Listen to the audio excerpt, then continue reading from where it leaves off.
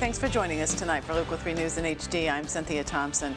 Topping the news tonight, a resolution in the case of a dog adopted from the Upper Peninsula Animal Welfare Shelter, and then it seriously injured someone after it was adopted. The dog's former owner, who had fought against the dog being euthanized, had a conversation today with one of our reporters.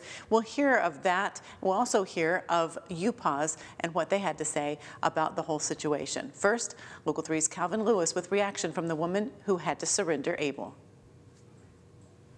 After over a month of uncertainty, the dog known as Abel has been granted a second chance. Abel was handed over to the Detroit Animal Welfare Group yesterday after his former owner turned in court dismissal papers made against UPAWS. I was nervous. I was scared. I was happy. I was crying. I was overjoyed for him. I'm glad that UPAWS finally came to their senses and allowed Abel to get that second chance. The animal shelter is a farm with heated barns and kenneling. While at the rehab facility, Abel will be trained alongside other dogs. He can overcome everything he's been through. That's the first and most thing that, the shelter life, the incident with him biting. It's not just about Abel. I do feel for the victim. I really do. That had to be frightening for her and Abel both. With Abel being granted that second chance, his former owner has just one more wish for him. I want him to be happy. I want him to have that chance that every living being has, and I do believe he's going to get that at dog. Mary says she will continue posting on Abel's Facebook page, even changing the name to Abel's Journey. Reporting in Marquette, Calvin Lewis, Local 3 News.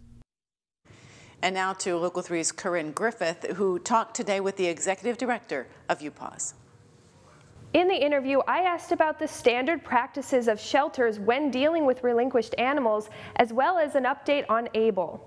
UPAWS says the shelter follows the ASPCA SAFER test when rehoming animals, and that Abel showed no signs of aggression.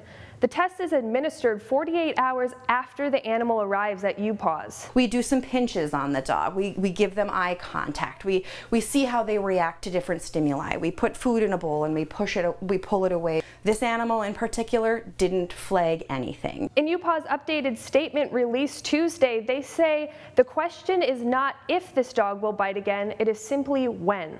It was the situation and the severity. It was a very significant and, in our opinion, offensive bite. The Detroit Animal Welfare Group has agreed to a list of requirements set by UPAWS, including that Abel would not be readopted. They are a rescue and a sanctuary. They are confident in their ability to be able to give him the rest of his life safely in a sanctuary. You can read the entire UPAWS statement and more of my conversation on our website at upmatters.com.